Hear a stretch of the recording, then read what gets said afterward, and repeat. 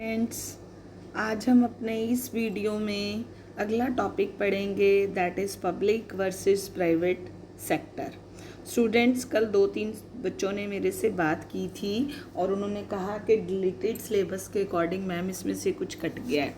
सिर्फ एक planning commission का डिडक्शन हुआ है और एक फर्स्ट और सेकंड 5 ईयर प्लान का डिडक्शन हुआ है, बाकी सभी टॉपिक्स एज इट इज़ हैं। तो हमारा आज का टॉपिक, कल जो हमने अपने टॉपिक को ख़त्म किया था वो हमने किया था एग्रीकल्चर वर्सेस इंडस्ट्री।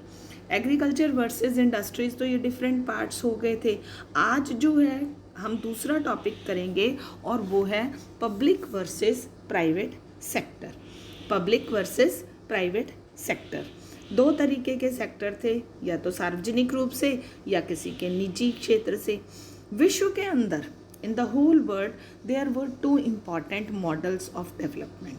कौन कौन से? या तो कैपिटलिज्म जो था उसके अंदर सारा का सारा डेवलपमेंट पर्सनल था। भारत ने इस रास्ते को फॉलो नहीं किया। और फिर क्या किया भारत ने? उसके बाद से सोशलिज्म जो सिस्टम था, सोशलिस्ट मॉडल जो था, जिसमें कि प्राइवेट प्रॉपर्टी को एबॉलिश कर देते थे और सारी की सारी जो प्रोडक्शन थी वो स्टेट की थी। India had not followed this. India जो था दोनों के दोनों मॉडल से अलग रहा। इंडिया दोनों मॉडल से अलग रहा और उसने मिक्स्ड इकोनॉमी को फॉलो किया।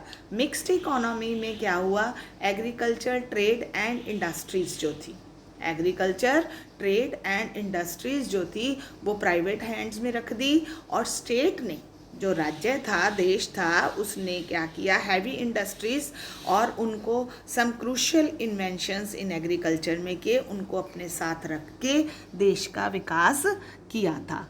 राज्य ने अपने हाथों में भारी उद्योगों को रखा और उनको एक बेसिक स्ट्रक्चर दिया और जिससे कि कृषि के क्षेत्र में भी कई इंटरवेंशंस किए, हस्तक्षेप किए उसकी बढ़ोतरी के लिए। अब ये जो सिस्टम था, इंडिया ने जो मिक्स्ड इकोनॉमी अपनाई थी, मिक्स्ड मॉडल को फॉलो किया, इसका लेफ़्ट से राइट का मतलब क्या है? हर प्रकार के, चाहे वो दक्षिणपंथी लोग थे, वामपंथी लोग थे, सब ने क्रिटिसाइज़ किया। और उन आलोचकों का यह कहना था कि जो प्लानर्स हैं, इन्होंने रिफ्यूज़ कर दिया। किस चीज़ को मना कर दिया? किस चीज़ को प्लानिंग में जगह नहीं दी? प्राइवेट सेक्टर को बढ़ाने के लिए ना ही कोई उपाय किया है। इससे प्राइवेटाइजेशन नहीं होगी और जो सरकार ने पब्लिक सेक्टर के सिस्टम को, इतने बड़े को अपने हाथ में रखा है, वो गलत है। और इस तरीके से इस लाइसेंस बनाना जो है, सरकार ने कहा कि भी लाइसेंस लेना पड़ेगा, वो भी गलत रखा गया। सरकार ने एक और काम किया कि इंपोर्ट पर जो थी अपनी कई बाधाएं लगा दी थी और घरेलू बाज़ार में बना सकते थे, ऐसी बाधा आयात की है। इस प्रकार से चीज़ों का जो प्रोडक्शन हो रही थी उसमें कोई कंपटीशन तो था ही नहीं। अगर बाहर से सामान आएगा तो उनके अंदर कंपटीशन होता है, उसमें कुछ था ही नहीं। अच्छा, कुछ ऐसे क्रिटिक्स भी थे जो ये सोच रहे थे कि जितना सरकार को करना चाहिए सरकार ने उतना काम नहीं किया है।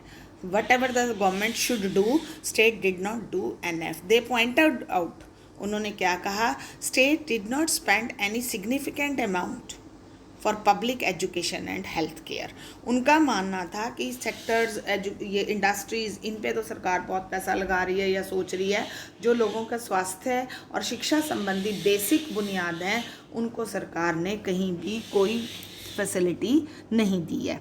और इसके लिए निजी क्षेत्रों को ही अपना प्रॉफिट कमाने के लिए help the private sector to make profit also. अब यहाँ पे देखिए वो क्यों कह रहे थे also, instead the helping of the poor, गरीबों की मदद करने की अपेक्षा सरकार ने एक और काम कर दिया था। वो क्या था?